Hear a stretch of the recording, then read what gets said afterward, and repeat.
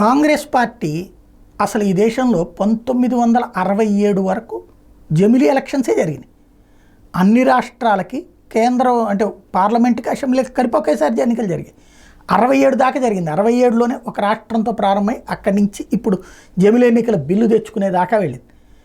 150 సంవత్సరాల చరిత్ర కలిగినటువంటి కాంగ్రెస్ పార్టీ ఈ స్థితికి రావడం ఒక్క రాహుల్ గాంధీ వల్లనే అయింది.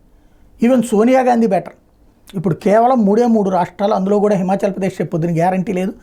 కర్ణాటక, తెలంగాణలో అధికారంలో అయితే ఉంది కానీ ఎదురు దెబ్బలు తింటూ వస్తుంది. పార్లమెంట్ ఎన్నికల్లో దాని ఫలితం కనిపించింది ఈ 3 రాష్ట్రాల్లో కూడా.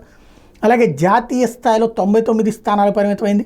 48 నుంచి 99కి వచ్చాం అన్నటువంటిదే తప్పించి వరుసగా 3 సార్లు అధికారంలో లేనటువంటి పరిస్థితి, వరుసగా 3 సార్లు ప్రతిపక్ష స్థానం 2 సార్లు లేనటువంటి పరిస్థితి. అట్లాగే ఇప్పటికీ కూడా దేశంలోని వివిధ రాష్ట్రాల్లో తమిళనాడు తరహాలో కేవలం ఆధారిత చలాంకంగా ఉండేటటువంటి పరిస్థితి, కొన్ని రాష్ట్రాల్లో అయితే అస్సలు పట్టించుకున్నటువంటి పరిస్థితుల్లోకి కాంగ్రెస్ పార్టీ వచ్చింది. ఆనాడు మహాత్మా గాంధీ గారు కనుక దేశానికి స్వతంత్రం రాగానే ఎన్నికలు మార్చేయమని చెప్పాడు, కానీ చేయలేదు వీళ్ళు.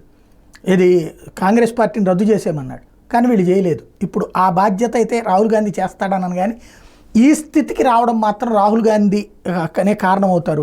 మరి రాబోయే రోజుల్లో ప్రియాంక గాంధీ వద్ద ఏమైనా మారుస్తారని చూడాలి.